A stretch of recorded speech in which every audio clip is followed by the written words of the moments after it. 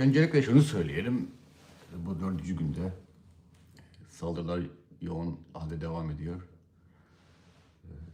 Amerika ve İsrail'in saldırıları, buna karşılık da İran'ın da can havliyle bölge devletlerine, daha doğrusu İran'ın deyimiyle bölge devletlerinde konuşlandırılan Amerikan üstlerine saldırılara devam ediyor. Bu da ciddi bir sorun da yaratmışa benziyor, zaten görülüyor. Ama Trump'ın dediği, biz bu işe 4 hafta falan gibi bir zaman gerekirse uzatırız söylemi önemli. Yine kara birliklere gönderebiliriz ifadesi önemli. Yani burada hatırlarsınız son yayını izleyenler, burada kim vardı bilmiyorum ama son yayını izleyenler, o yayını izleyenler Hamene'nin öldürüldüğünü herkesten önce öğrendiler. Çünkü hatırlıyorsunuz, o da ben dedim ki bana ulaşan bilgilerde öldürüldüğü doğru. Çünkü ceset gösterilmiş diye. Ve bunu biz basından önce sizinle yani paylaştık. Yani o yayını izleyenler o önemli bilgiyi, çok önemli bilgiyi herkesten önce öğrendiler. Onu da söyleyelim. O yüzden yani bu yayınların amacı da benim açımdan amacım yani böyle en önemli bilgileri size sunmak.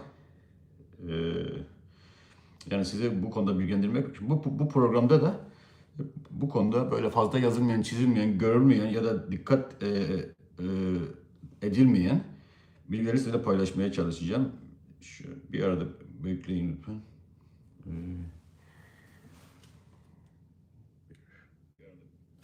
Bir saniye.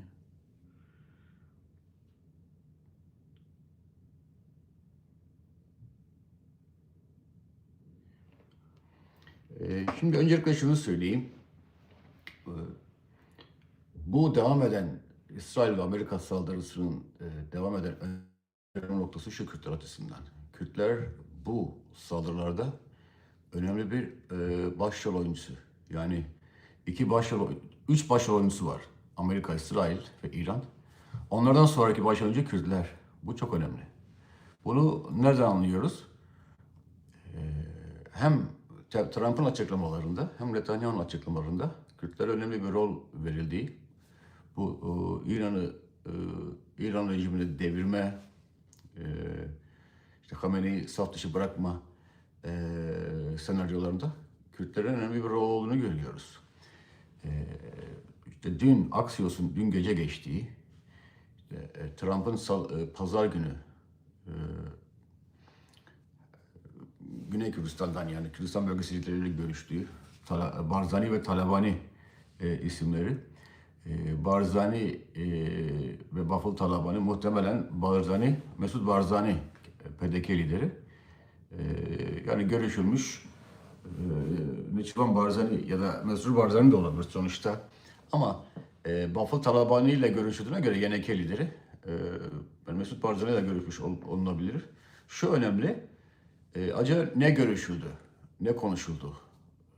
Sonuçta Irak Kürdistan bölgesi kaç günden beri İran saldırılarına maruz kalıyor. Amerikan üssü vuruluyor. İşte Erbil semalarında roketler uçuyor. O yüzden yani Kürdistan bölgesi hem direkt bu olayın içerisinde mağdur oluyor bir bakıma. Ama hem de İran'ın geleceğini şekillendirecek, yani bu operasyonun geleceğini şekillendirecek adımlarda Kürtlerin önemli bir rolü var. Şimdi ben size biraz bunları açıklamaya çalışacağım. Amerikan basını ne diyor, ne okunuyor, ne görülüyor. Ben dün de gece bir Twitter Space toplantısına davet edildim. Çok Amerikan kamuoyunda yakınca takip edilen Mario Nawaf diye belki duyuyorsunuz. Onun sunduğu. Orada belirttim. Kürtlerin rolüne dair biraz yorumlarda bulundum, bilgiler verdim. Yani şunu söyleyebiliriz. Hep diyoruz ya işte Rojava'da önemli fırsatlar doğabilir Kürtlere diye. Bu fırsatların işte daha da gün be gün yakınlaştığını görüyoruz. Şimdi nedir? Trump konuşmuş Irak Kürdistan bölgesi liderleriyle. Benim aldığım bilgiler biraz oradan hem desteği açıklama, yani İran saldırıları karşısında Kürdistan bölgesine desteği, hem zaten Amerika son dönemlerde o bölgeye daha güçlü savunma sistemleri yerleştirmişti. ve dronların çoğu da bertaraf ediliyor. Havada bertaraf ediliyor. O güçlü savunma sistemi sayesinde.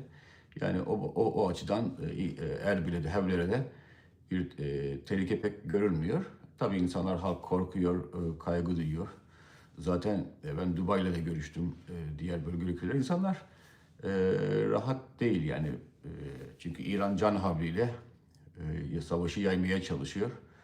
E, işte kolay lokma olmayacağını göstermeye çalışıyor. Körfez ülkeleri tavır belirlemeye çalışıyor. Nasıl tavır belirleyelim? Cevap mı verelim, misilleme mi yapalım, sakinleştirmeye mi çalışalım gibi tavırlar sürüyor. Ama yani Trump'ın yaptığı konuşmada işte bir, Kürdistan bölgesine destek, yanınızda olduğunuzu belirtmek isteriz. İki de pek de konuşulmayan ya da direkt söylenmeyen Rojava'da güçlerin durumu. Biliyorsunuz Kürdistan bölgesi özellikle PDKİ yani Parti Demokrat Kürdistan'ı İran'ı, Komala, Parti Azadiye Kürdistan gibi partilerin bulunduğu bölge. Yani onların savaş gücünün büyük bölümü Kürdistan bölgesinde. Peşak daha çok yüksek bölgelerde, sınırın her iki tarafında, özellikle de yani Rojava'nın İran tarafında dağlarda Peşak yani daha çok normal bulunduğu tabi alanda ama diğer dört parti o ittifakta yer alan daha çok bunlar Güney Kürdistan'da dediğimiz yani Irak Kürdistan bölgesinde yer alıyorlar. Yani oradan aldığımız bilgiler şu, e, işte onların durumu hangi durumda, e, olası bir adımda e, onların hazır olma durumu gibi şeylerin konuşulduğunu söyleyebilirim. Bu da şu açıdan önemli. Evet, şu anda İran'a karşı süren saldırılar hava harekatı merkezli. Yani işte roketler, dronlar, gemilerden atılan atışlar. Yani karadan bir şey yok. İran da püskürtmek için işte hem İsrail'i hedef alıyor, işte hem Ürdün'ü, Lübnan'ı, Kuveyt'i, Bahreyn'i, Katar'ı, Suudi Arabistan'ı. Dün en son Amerikan Büyükelçiliği, Riyad'daki Amerikan Büyükelçiliği vurulmuştu, yangın çıkmıştı. Oradaki bütün personel tahliye emri verilmişti. Yani İran'ın böyle bir durumu var. Ama yani kara gücü olarak bir güç yok. E, ve işte yavaş yavaş basına yansıyan bilgilerde bu kara gücünün Kürtlerin büyük bir önemi burada ortaya çıkıyor sevgili takipçiler.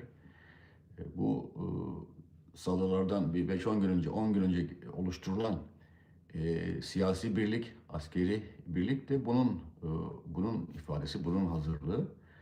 E, yani Kürtler ne zaman eleştiriyoruz bazı kararları ama Rojava'lı Kürtlerin bu tavrında yani övdük.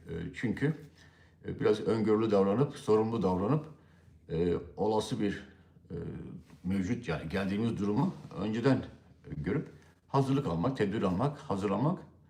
Bu da tabii hem partilerin kendi arası koordinasyonu hem o partilerin bu işin içindeki aktörlerle olan koordinasyon açısından önemli, anlamak açısından önemli.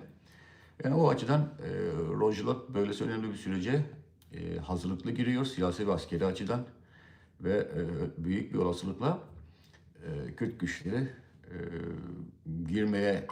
yani girecekler yakın zamanda. Hatta benim aldığım bazı duyumlara göre girmeye başlamışlar bile. Bazı güçlerin hareketliğe başladığı bile. Zaten bunun da şöyle bir yansıması var. Hava saldırıları, Amerika'nın ve İsrail'in hava saldırıları Kürt şehirlerindeki rejim hedeflerini çok ciddi şekilde vuruyor. İşte Urmiye'den tutalım, Sine, Mahabat, birçok yerde rejimin pastaran dediğimiz yani Cumhuriyet muhafızları dediğimiz rejimin kor gücünü karşı saldırılar hızla sürüyor. Yani bu da bir bilinçli politika. Yani daha çok Northwest İran dedikleri İran'ın kuzeybatısı. Yani bizim literatürde Rojhilat dediğimiz e, bölgelerdeki rejim hedeflerine çok ciddi saldırılar var. İşte örneğin mesela bugün ben Rojhilat'la görüştüm. Bir kaynak bana şunu söyledi. O sınır boyunca yer alan karakollardaki askerlerin çekildiği köy içlerine, sivillerin arasına girdikleri haberini aldım. Bu da enteresan bir şey. Niye enteresan? E, Yani bir saldırı bekleniyor. Rejim güçleri kendilerini korumaya çalışıyor. İki, sivillerin arasına girerek bu şekilde sivilleri kalkan olarak kullanma durumu ortaya çıkıyor. Bu da o açıdan önemli. Mesela işte bugün 2 saat, 3 saat önce PDK, Kürdistan Demokrat Partisi'nin bir merkezi vuruldu, hastane de dahil. Yine benim o bölgede yaptığım bir peşmergeyle yaptığım bir kaynakla yaptığım görüşmede e, yani konuştuğumda görebildim yani o saldırının birebir nasıl sivilleri o bölgede sivillerin olduğu bölgeyi İran rejiminin vurduğu. Yani İran rejimi zaten kaç günden beri Kürtleri de tehdit ediyor. İşte girişmeyin diye. Çünkü Kürtlerden çok çekindiği belli görüyor. Çünkü İran muhalefeti dağınık. Bu son bir ay içerisinde falan dün işte katıldığım toplantıda bir İranlı kaynak 32 bin tane kişinin öldürüldüğünü söyledi. Bilemiyorum o rakam abartı da olabilir. Çok yüksek de olur bilemiyorum ama e, son bir ay içerisinde binlerce insanın öldürüldüğünü de Trump'ın yani İran halkı sokağa dökülsün biz destek vereceğiz açıklamasından sonra e, böyle binlerce insanın öldürüldüğü de bir gerçek. Bu da yani İran'ın işte, saldırıları püskürtmeye çalışırken sahada herhangi bir ses çıkmasını istemediğini işareti. Zaten İran muhalefeti dağınık biliyorsunuz. İşte Rıza Pehlevi aylardır alternatifim diye çıkıyor.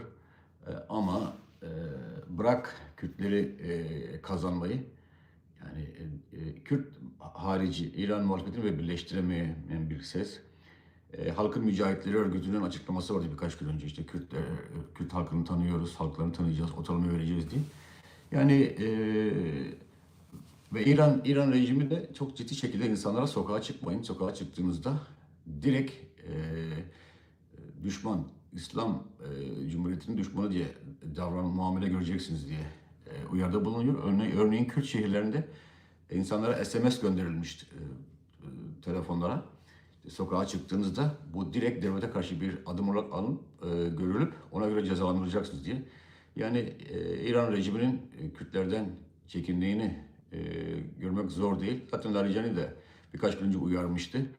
Yani rejimin bir korkulu rüyası Kürtlerin harekete geçmesi. Ama Kürtlerin de harekete geçeceği görülüyor. Çünkü bu kadar hazırlık boşu boşuna değil. Trump'ın açıklaması da şu Trump mesela şu anda örneğin İngiltere'yi yerden yere vuruyor. İngiltere'den bunu beklemezdim. Çünkü İngiltere destek vermekten kaçındı. Trump bugün yaptığı açıklamada İngiltere Başbakanı'nı sertçe eleştirdi. Hiç tahmin etmezdim ama biz her şeye rağmen biz gene devam edeceğiz rejimi nükleersizleştirme siyasetine diye. Ama Trump'ın İngiltere'nin bu davranışını not ettiğini görebiliyoruz. Aynı şekilde keza İspanya. İspanya'da bir üstünde Amerikan kuvvetlerinin çekilmesini istiyor. Bu her iki ülkede Amerikan müttefiki resmi anlamda. Ama Trump'ın bunlara karşı da çok sert bir tavır geliştirdiği ve önümüzdeki dönemlerde e, bunların hesabını soracağını da tahmin etmek güç değil. Trump şöyle bir yapısı olan bir insan sevgili arkadaşlar. E, Bana ne yaptın? Senden bir şey istediğimde benim yanımda oldun mu? Bana ne verdin? Yaklaşımda olan bir insan ve şu anda e, Trump'la hareket eden aktörler, gruplar, yapılar, ülkeler ileriki dönemde Trump'ın siyasetinin meyvelerini alabilirler. Öyle de bir durum var. Ve bu aylardır süre gelen İran operasyonu, işte Trump'ın haftalarca, aylarca zaman harcaması bu görüşmeye, ben ikna ederim İran amaç nükleersizleştirmekse, nükleer programları barışçıysa işte bırakırlar gibilerden. Yani Trump biraz iyimserdi, İran kabul eder diye. İran İran'ın nükleer doktrini İslami Cumhuriyet'in bir temel yapı taşlarından bir tanesi. Yani bunu da iyi anlamak lazım. Sıradan bir şey değil İran için. Birçok gücünü kaynağını bu programa ayırmış durumda ve bunu caydırıcı bir güç olarak İslam Cumhuriyeti'nin bir caydırıcı güç olarak görüyordu. Trump bu kanata vardığında, yani İran'la bir yola varılamayacağını anladığında bu saldırı kararını verdi. Ama burada Kürtlerin rolü bu. Yani Kürtlerin ben işte Pejak'la da konuştum bugün bu yayından önce. İşte PDK'yle de konuştum. Yani orada şunu görebiliyoruz. Aslında pek de bir muğlaklık yok. Yani halkımız için orada olacağız. Halkı koruyacağız. Hazırlıklarımız sürüyor. Onu söyleyebiliriz. Yani bazen hatta benim görüştüğüm kaynak çok sert de çıktı. Basında çıkan şeyler ya yanlış anlaşılıyor, bilinçli, ya da kazarak ya da tam anlaşılmıyor diye kendi tavırlarının net olduğu, Kürt halkını her şartlarda koruyacaklarını ve kendilerinin yıllardır İran devletine karşı savaştıklarını vurguladı benim görüştüğüm kaynak. O açıdan bakıldığında yani bir siyasi olgunluk var İranlı Kürt partileri arasında. Bu da zaten sonuçta Kürtlerin bir araya gelmeleri kolay olmuyor. Geldiklerinde de muhtemelen çok gerçek sebepler olduğu, ciddi sebepler olduğunu görmek lazım.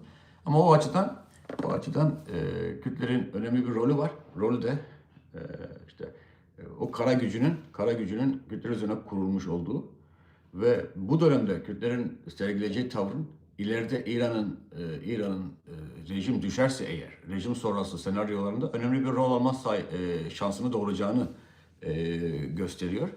Yani bir bakıma İranlı Kürtlerin elde edebilecekleri olasılıklar Suriyeli Kürtlerden çok daha fazla. Rojava Kürtlerin çok daha fazla. Hem Rojava'nın coğrafyası buna uygun, hem Rojava'da Mahabet Kürt Cumhuriyeti gibi bir tecrübe var. Gazi Muhammed, Simko Şikak gibi liderlerin çıktığı bir Kasımlo, Şerefkendi, yani siyasi ve ulusal kültürün derin olduğu bir parça.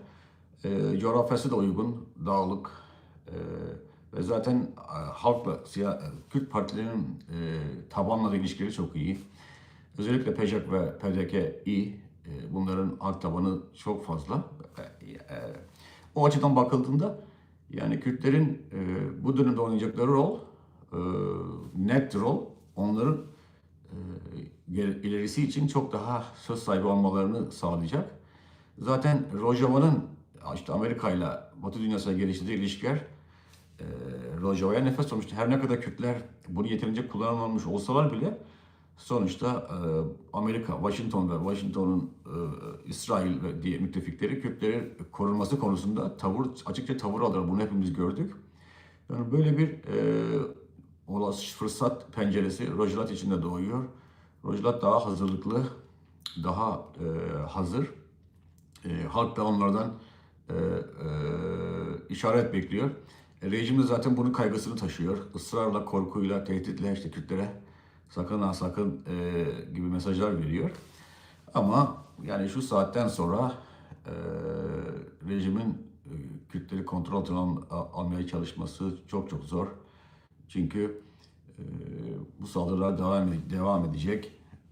İsrail bugün Lübnan'a da saldırılarını arttırıyor. Hizbullah'ın da savaşa dahil olmasını falan sertçe kınadı. Muhtemelen ki o Körfez ülkelerinin yakında tepkisi de ortaya çıkacak. Çünkü onlar da ciddi saldırı altında. İran bazı yorumlara göre ateşle oynuyor. Yani kendisini çok daha büyük hedefler haline getiriyor. İşte yeni Amerikan yakıt ihmali yapan uçakların bölgeye geldiği, işte Güney Kore yakınlarındaki bazı güçlerin de Orta Doğu'ya kaldıracağı gibi haberler falan var. Yani Trump, Marco Rubio, Pence, Washington yönetiminin ağır isimleri de topları da ardından açıklamalarda bulunuyorlar. Ama yani şunu söyleyebiliriz. İşte Netanyahu'nun Amerika ile sunduğu planlamada dediğim gibi Amerika'nın ve İsrail'in Kürtlere dayanarak bir strateji geliştirdikleri. Bu da yani İran muhalefetinde en çok ciddi alınan gücün Kürtler olduğunu sergiliyor bu iki güç açısından ve bu iki güç de yani Washington ve Orşehir Kudüs e, dünya siyasetini, özellikle de Orta Doğu siyasetini belirleyen iki güç. Bu da Kürtlerin bu iki güçle geliştireceği ilişkiler kazanılma açısından çok önemli. Bunu Rojava'da da gördük. Her ne kadar Amerika görünen tarafı ise bunu ben her zaman söylüyorum. Görünmeyen tarafı İsrail'di. Kürtlerin korunması için çaba sarf eden İsrail'di. İsrail'in İran ezeli düşmanı, varlık sebebi ve İsrail kendi varlığının çok tehlikede olduğunu düşündüğü için İran'la mutlaka bir müdahale olmasını istiyordu. Şimdi öyle olduğunda İran bu rejimden kurtulduğunda ya da bu rejim zayıfladığında, kolu kanadı kırıldığında oradaki İsrail'in etkisi çok daha artacaktır.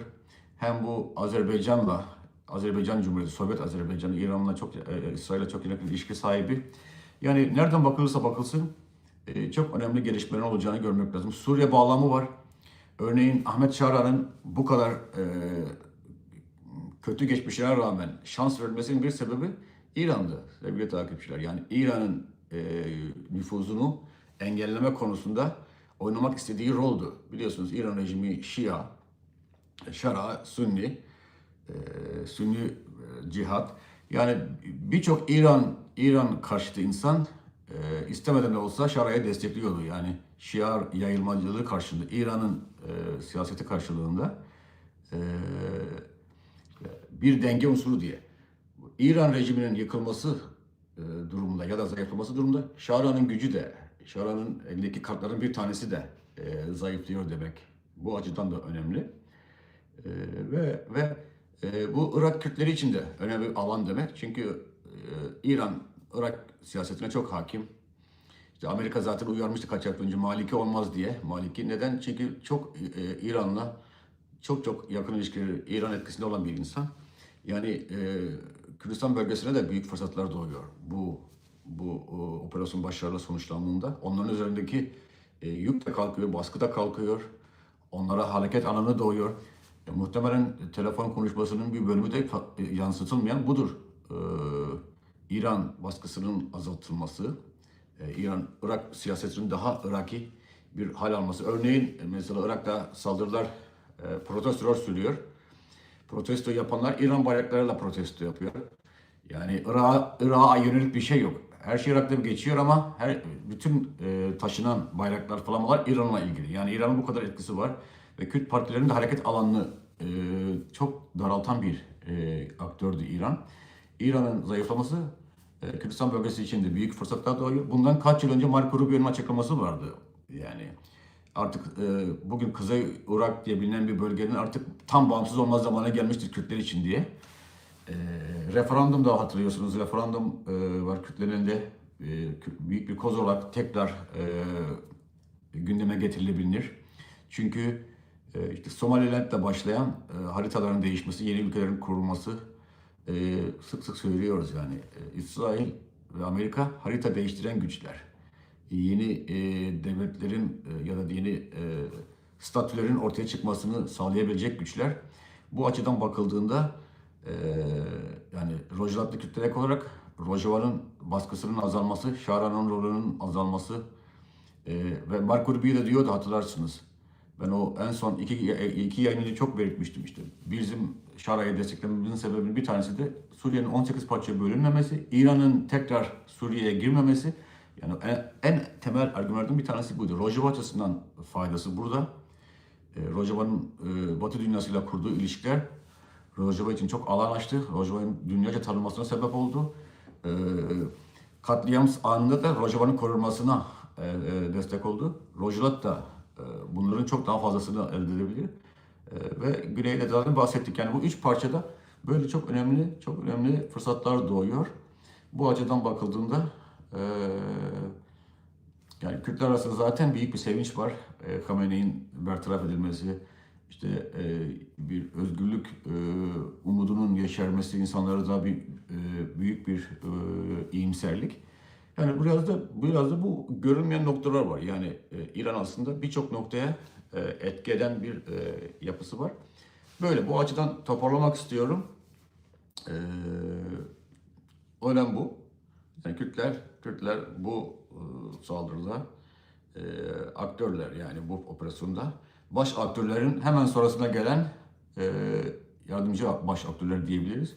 O açıdan iyimser olmak da yersiz değil. Çünkü Kürtlerin hak tabanı var, siyasi yapıları var ve askeri yapıları da hazır. Bu bağlamda burada sonlandırıyorum.